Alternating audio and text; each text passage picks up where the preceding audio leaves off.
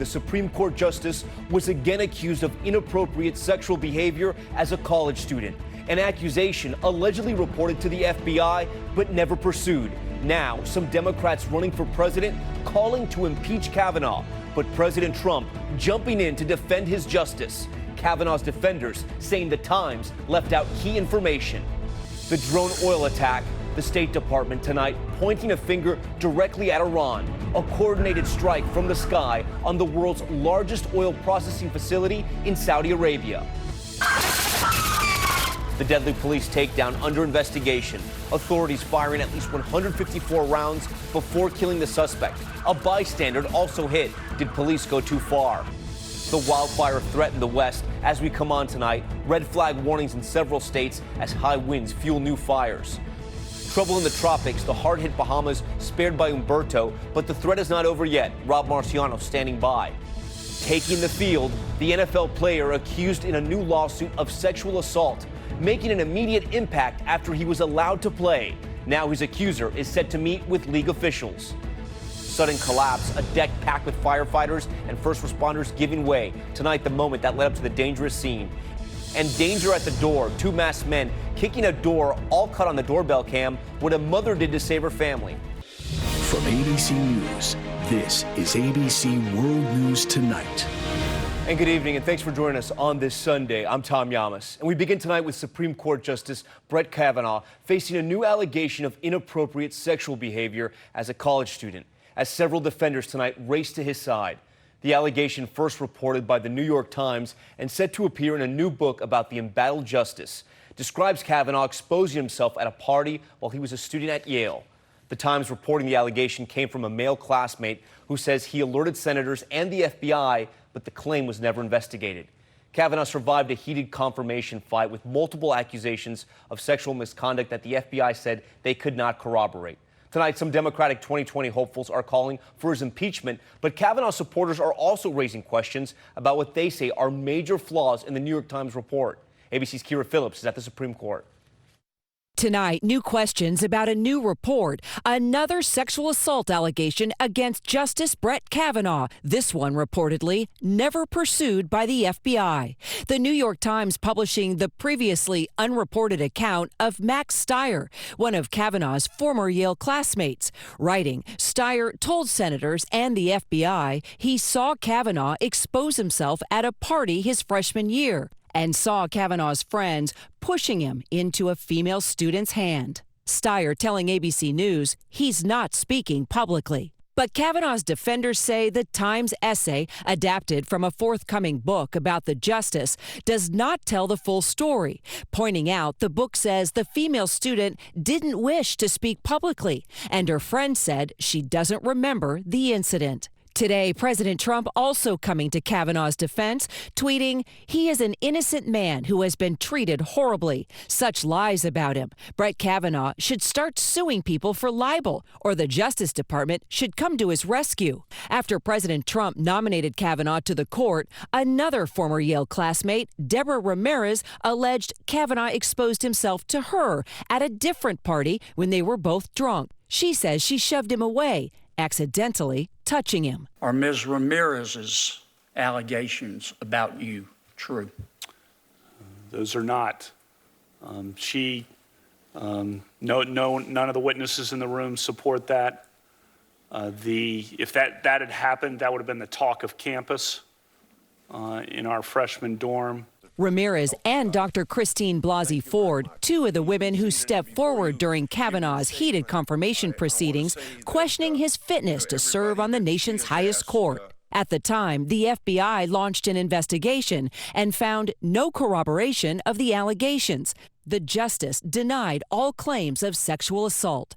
But this new report prompting Democratic candidates for president to call for Kavanaugh's impeachment.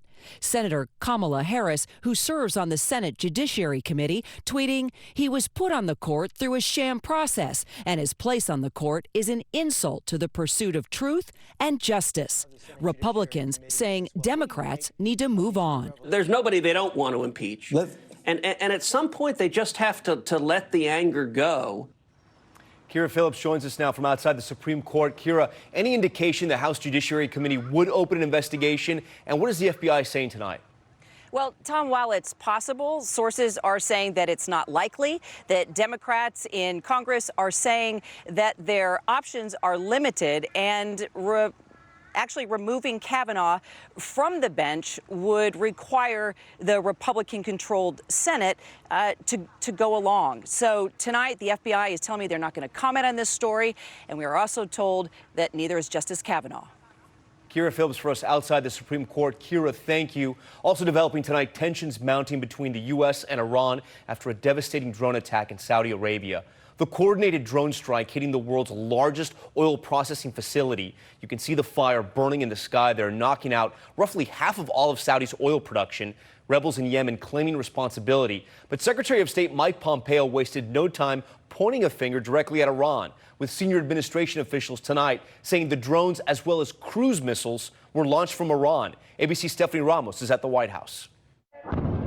Tonight, tensions escalating amid fears over the state of the global oil supply after that attack that's been called unprecedented.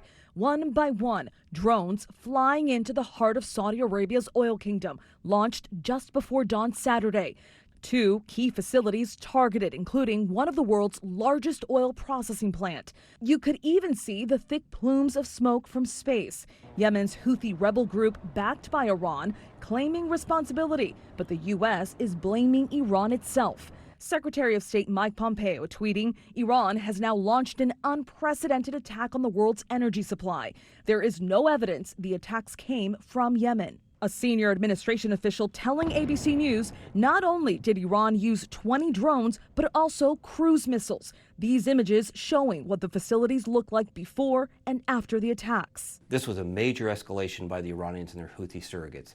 They had attacked things like oil pipelines in the past, but this oil infrastructure is much more difficult to rebuild and will take more time. Iran denying they had anything to do with the attacks. Their foreign minister mocking Pompeo, saying the U.S., having failed at max pressure, is now turning to max deceit.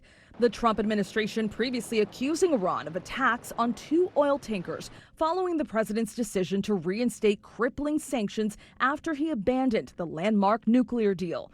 President Trump calling the Saudi Crown Prince Mohammed bin Salman offering support for Saudi Arabia's self-defense. Saudi Aramco, the state-owned oil giant, now working to restore production on 5.7 million barrels of crude oil that was suspended after the incident. That's roughly 5% of the world's oil production. The real question is, what does the U.S. do in response? It's unclear just how much of an impact these attacks will have on gas prices here at home. The Saudi oil company expects it'll take weeks to get to full production capacity at those damaged facilities, and the president just tweeting that he has authorized the release of oil from the Strategic Petroleum Reserve if needed. Tom. Stephanie Ramos on this breaking story tonight. Stephanie, thank you. Now to Baltimore, where a deadly police shooting is under investigation. Authorities firing at least 154 rounds in less than a minute, with a bystander and an officer struck by the gunfire. Did police go too far? Here's ABC's Trevor Ault. Watch out, he's got a gun. Tonight, this newly released body camera video of a police shooting in Baltimore raising questions about how much force is necessary in dangerous situations.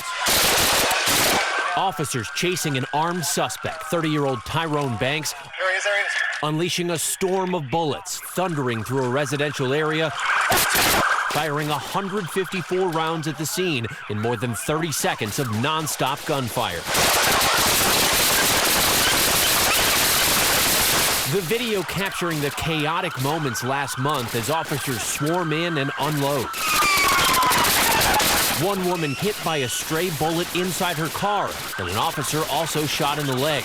Police releasing infrared aerial video of the chase. Carolina Fairmount, he's up on the sidewalk.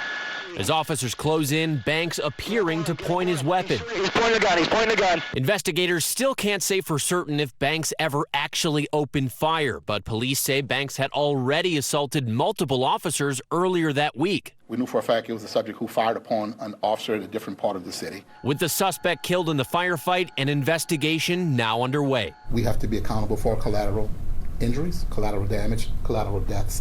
So every time we discharge a firearm, that is of concern for us. 13 officers fired their weapons in this incident. All of them are now on administrative leave as the investigation continues. Tom? Trevor, thank you. Next tonight to the extreme weather as dangerously dry and windy conditions fuel the fire threat out west. Red flag warnings are in effect into tomorrow with several pop-up blazes reported this weekend. Take a look at this scene off the I-5 in Escondido, California.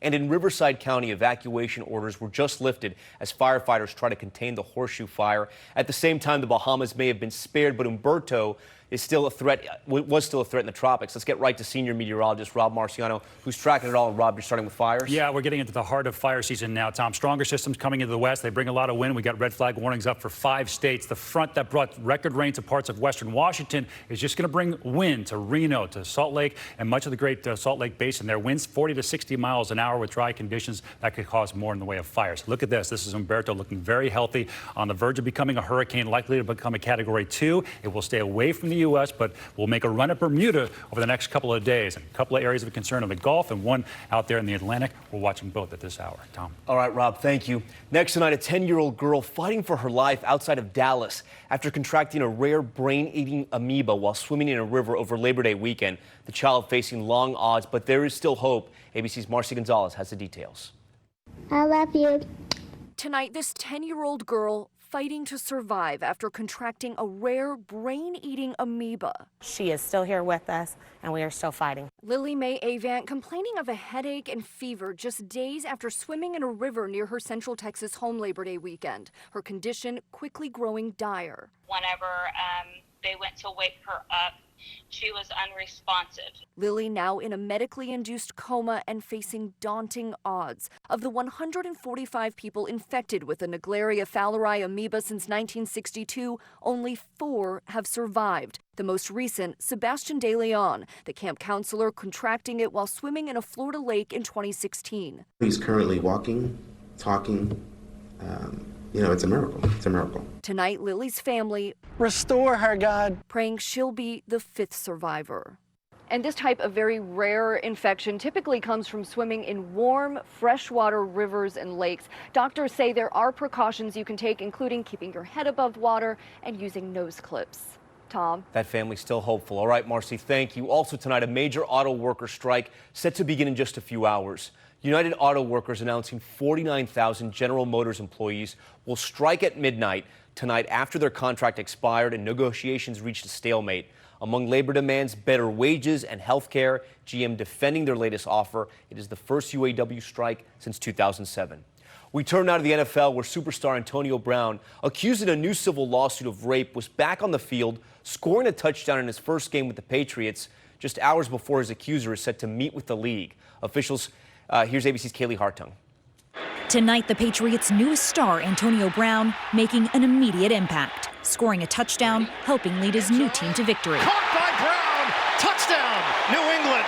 Celebrating on the field, but after the game, Brown refusing to comment about the allegations that have dogged him for days, accused by his former fitness trainer, Brittany Taylor, of sexual assault in a civil lawsuit. Brown has denied the allegations, posting this video on social media. No matter what they say, no matter what they hate, somebody still got to go to work. ABC News has learned that Taylor will meet with NFL investigators tomorrow. Representatives for Brown and Taylor have been discussing a settlement offer for months. A source telling ABC News, Brown refused to sign a more than $2 million agreement with Taylor just days before the lawsuit was filed. As the NFL conducts its own investigation, Brown wasn't placed on the commissioner's exempt list, the equivalent of paid leave, because there's no criminal investigation into the allegations. Patriots head coach Bill Belichick sticking to football after the win. There's a lot of things we can work on, but it's good to have him out there. Brown's only consequence to this point, helmet maker Zenith dropping their sponsorship of him. Among the reasons the league hasn't met with Brown's accuser sooner, ABC News has learned she got married this weekend. Tom. Kaylee, thank you. There's much more ahead on World News Tonight this Sunday. The grim discovery after a deadly home explosion, the disturbing new details officials are now revealing. Plus the massive deck collapse involving firefighters and their families. Many rushed to the hospital. And danger at the door. Look at this, caught on camera. These masked men trying to break into a home while a mother and her young son were inside. What happened next? We'll be right back.